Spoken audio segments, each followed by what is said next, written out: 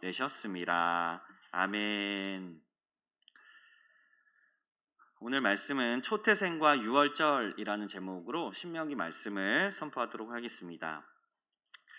먼저 초태생이 무엇인지 말씀드리고 초태생 규정을 지키는 이유가 뭔지, 마찬가지로 유월절이 뭔지, 그리고 이 유월절은 왜 지켜야 하는지 그 이유를 오늘 성경 말씀을 선포하도록 하겠습니다. 첫 번째, 초태생이 뭐냐? 초태생 규정이 오늘 말씀에 되어 있는데, 이 초태생은 사람이든지 짐승이든지 처음 난 수컷이 있으면 그것을 구별해서 하나님께 드리는 겁니다.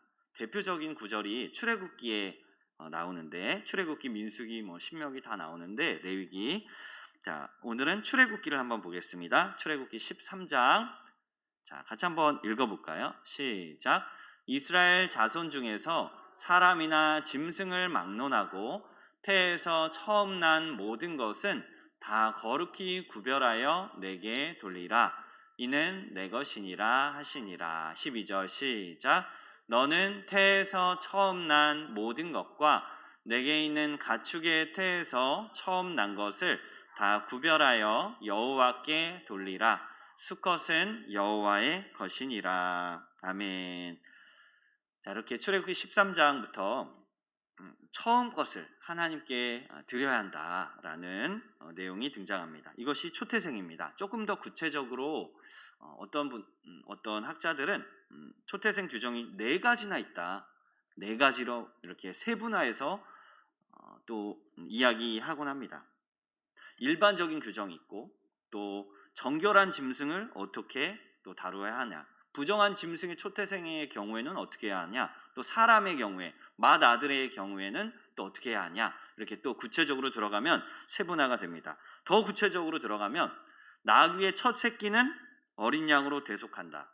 또 사람의 첫 아들은 레위인으로 대신한다. 이런 더 구체적인 얘기들이 있는데, 자, 우리는 초태생 규정이라고 했을 때 가장 중요한 한 가지만 기억하면 좋겠습니다. 이것만은 잊지 말고, 여러 구체적인 규정들이 있지만 딱 한 가지, 그건 뭐냐? 바로 처음 것을 구별해서 드린다. 처음 것을 구별해서 드린다. 구체적인 것도 다 보면 좋겠지만 한 가지만 우리가 초태생 하면 딱 기억할 것, 처음 것을 구별해서 드린다. 이것을 꼭 우리가 기억했으면 좋겠습니다. 여러분, 처음 것, 처음이라고 했을 때 어떤 마음이 드시나요? 또 어떤 생각을 갖고 계시나요? 처음 것. 처음 것은 소중한 겁니다. 의미가 큰 거죠. 내가 무언가를 했을 때 처음 경험하는 것들 아주 소중한 겁니다. 나에게 의미 있는 겁니다. 예를 들면 내가 농사를 짓는다. 첫 소산, 첫 열매, 이런 것들이 아주 소중한 거죠. 또 직장회를 처음 갔는데 첫 월급, 너무나 소중한 겁니다. 내가 열심히 일해서 처음 돈을 번 그 첫 월급. 또 결혼을 해서 첫 아이를 낳았을 때, 이런 것들이 다 소중한 거죠. 또 나의 삶의 어떤 시간이라고 한다면 첫 시간, 새벽 시간이 될 수도 있고, 나에게 아주 중요하고 의미 있는 것들이 바로 이 처음 것에 담겨 있는 거죠.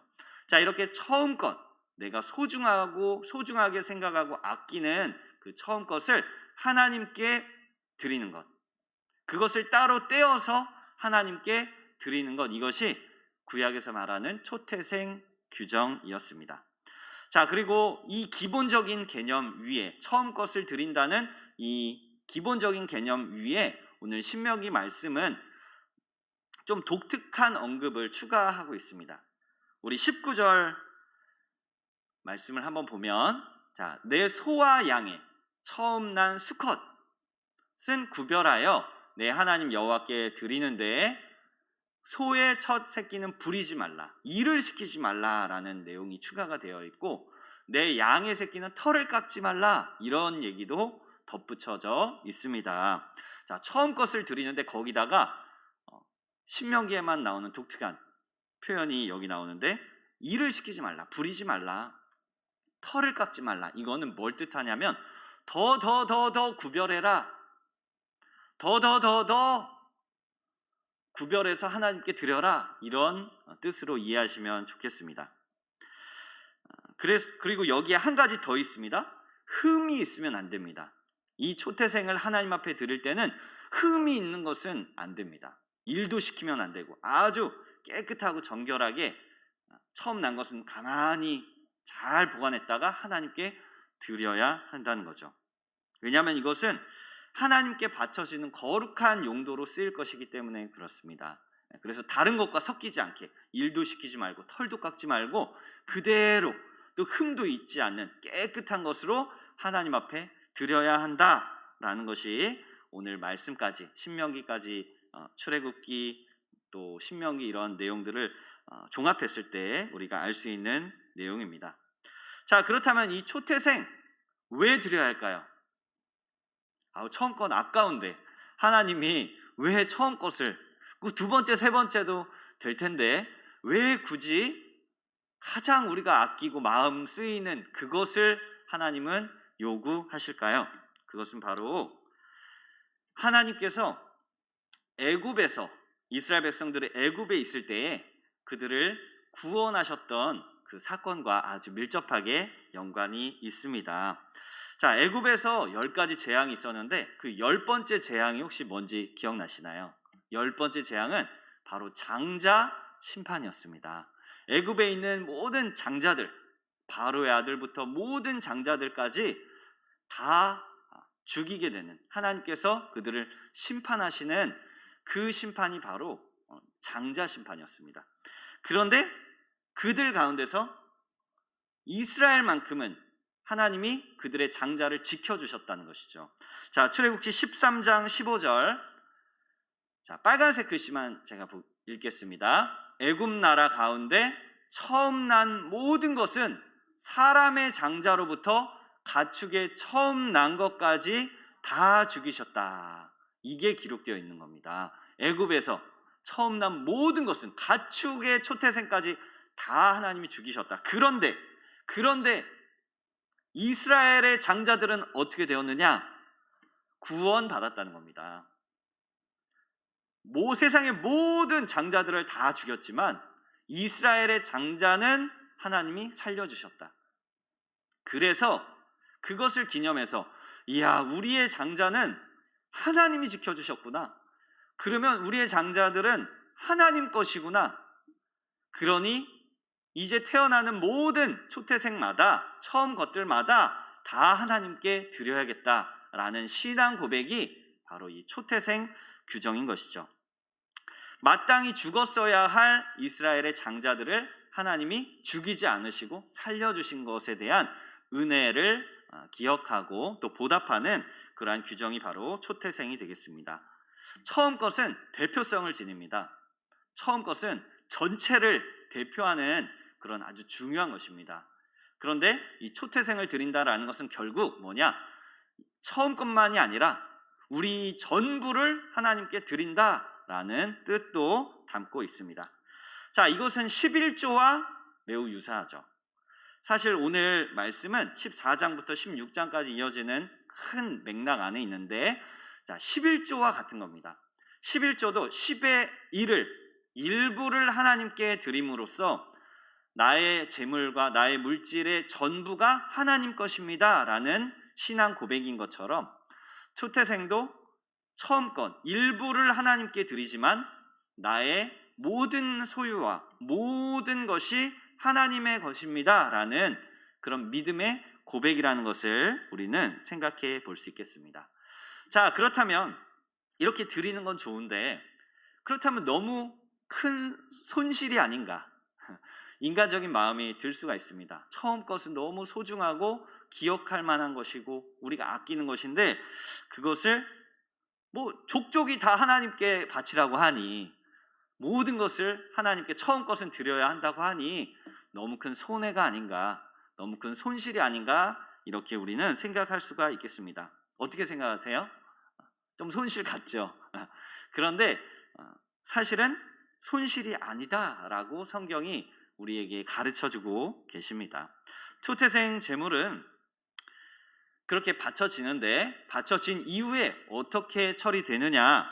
바로 여호와 앞에서 하나님이 택하신 그곳에서, 성소에서 온 가족이 함께 나누며 먹는 그런 음식으로 쓰이게 된다는 거죠. 20절 한번 우리 같이 읽겠습니다. 시작.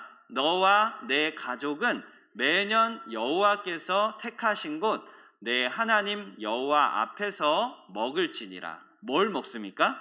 초태생 제물을 먹는 겁니다. 초태생 제물 하나님께 드렸는데 그 제물이 다시 누구한테 왔습니까? 다시 우리 가족한테 온 겁니다.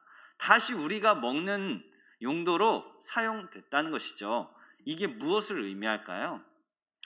초태생을 하나님 앞에 드리는 게 결코 우리 삶의 손해가 아니라는 겁니다.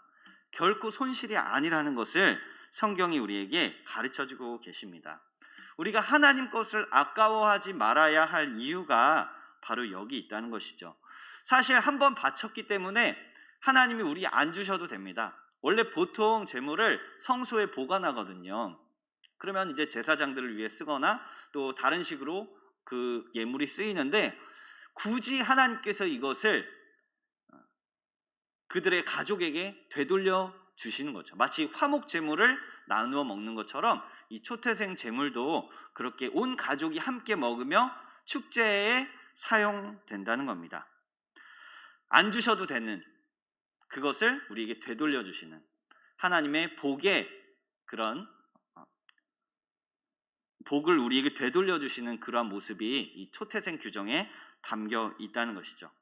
자, 그래서 우리는 굳이 안 주셔도 되지만 하나님이 주시는 이러한 모습을 통해 우리가 하나님께 드리는 것을 아까워하지 말아야겠다.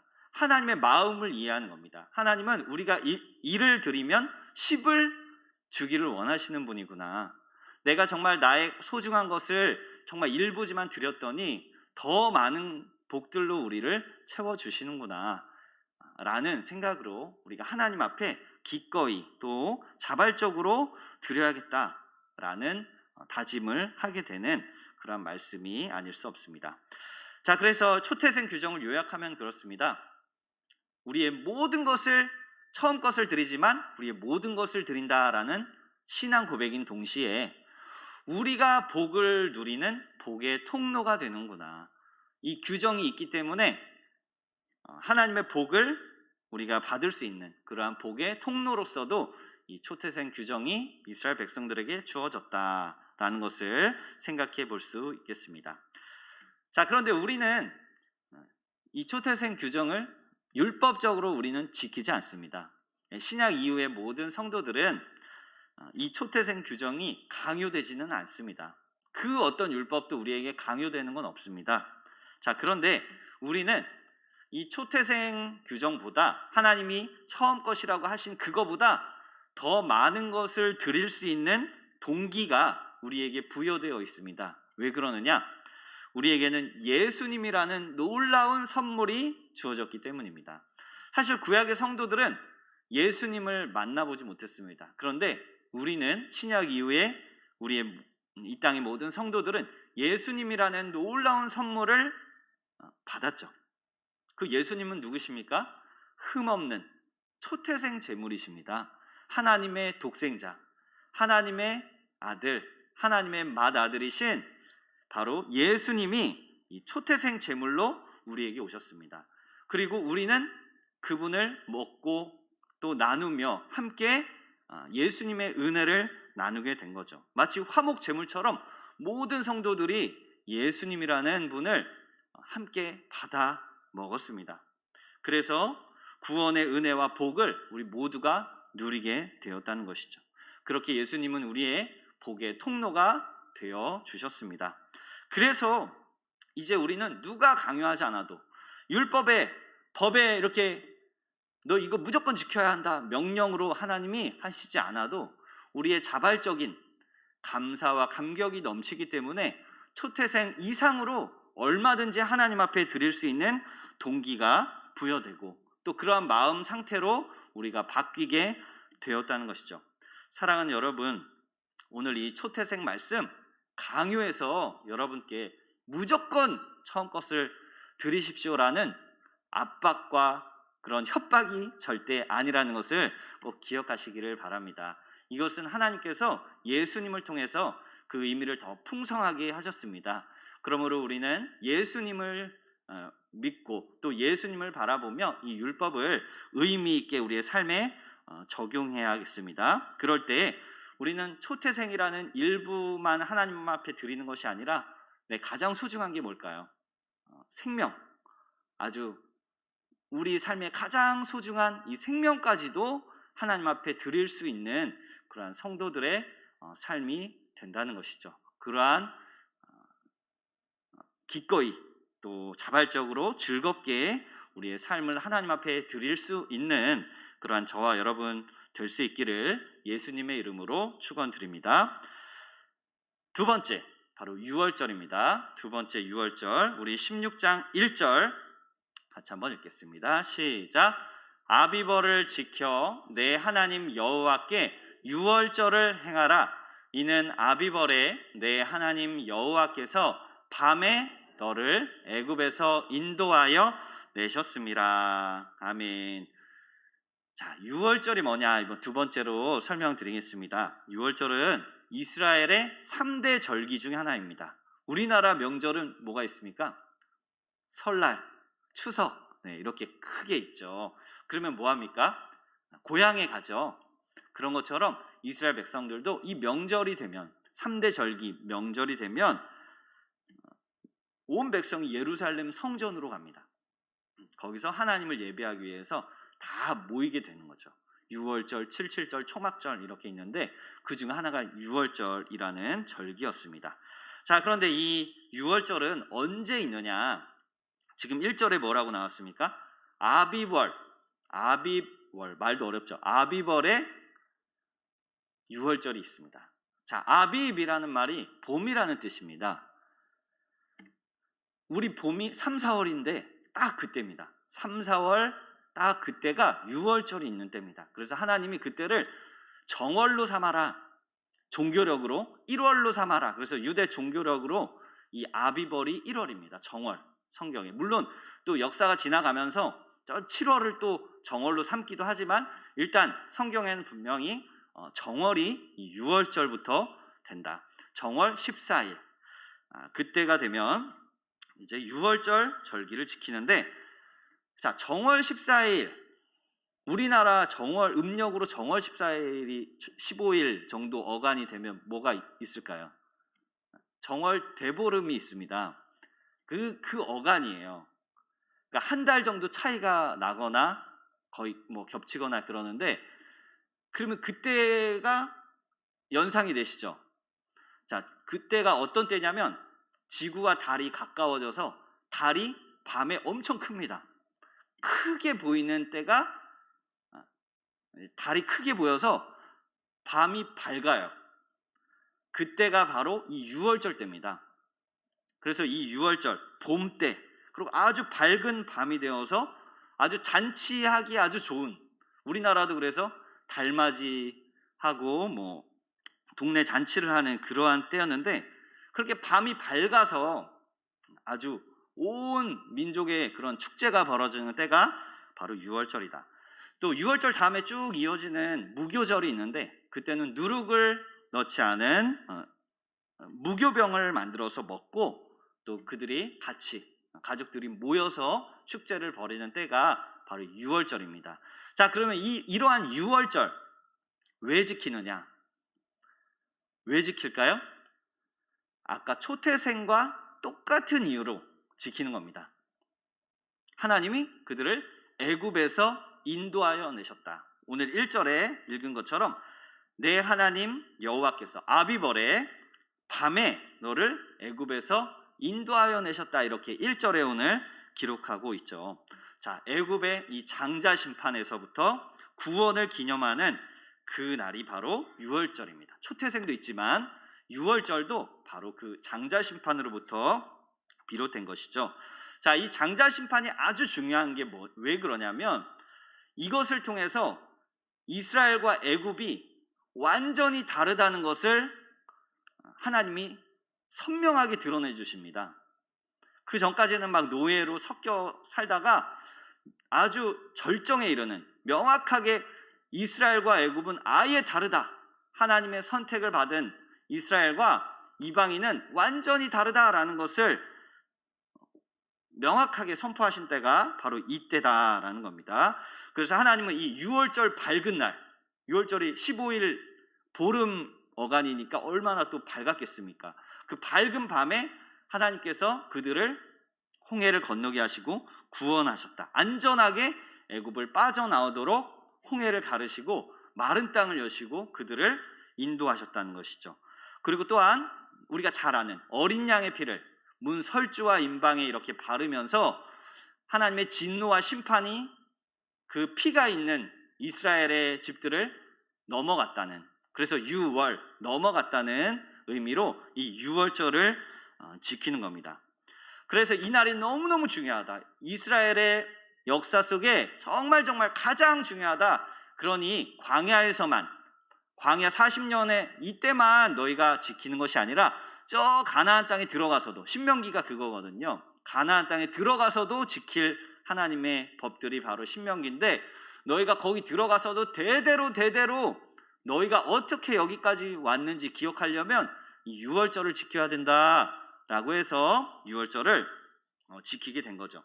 자, 그 밤이 아까도 말씀드렸지만 이 아비벌 그 14일 밤이 이스라엘에는 아주 밝고 빛나는 구원의 밤이었습니다. 그런데 애굽 사람들에게는 아주 무시무시한 심판의 밤이었다.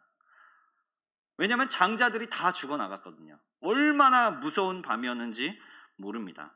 자, 출애굽기 12장 29절에 보면 밤중에 바로의 장자로부터 모든 가축의 처음 난 것까지 하나님이 다 치셨다.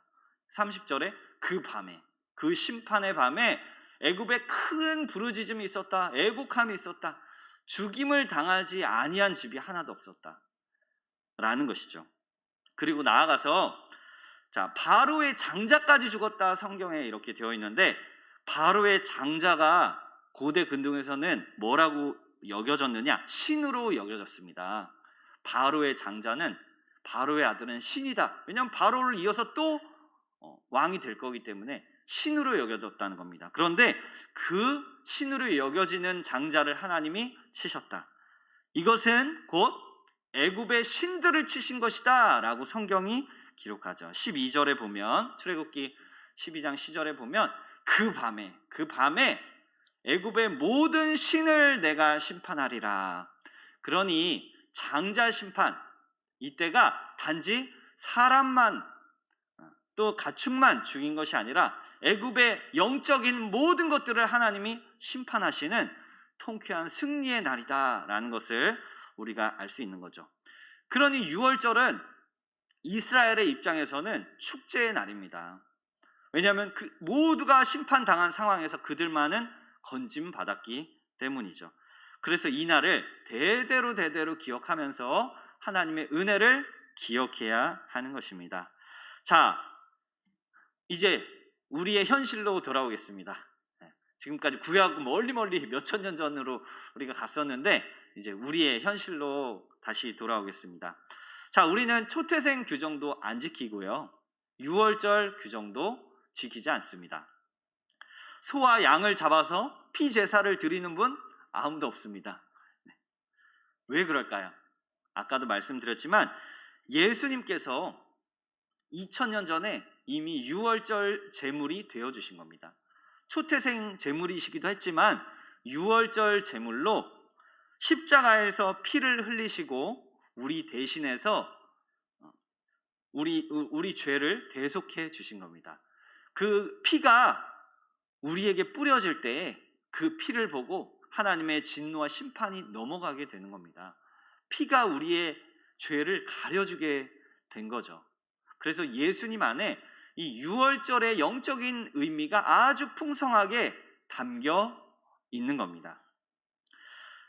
그래서 애굽에서 이스라엘 백성들이 해방 그리고 자유를 얻은 것처럼 우리도 이제 죄와 사망에 묶여 있던 우리들도 예수님의 그 어린 양의 피값으로 인해 우리도 영적인 자유와 해방을 누리게 되고 죄사함과 영생을 얻게 된 줄로 믿습니다.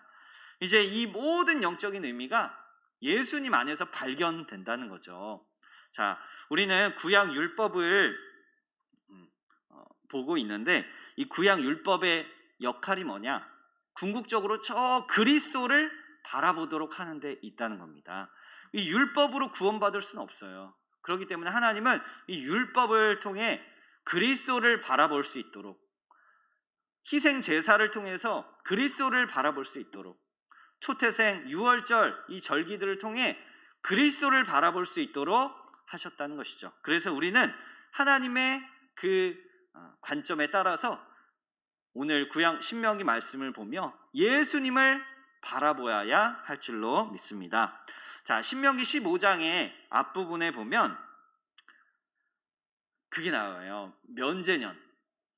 기억나세요? 면제년.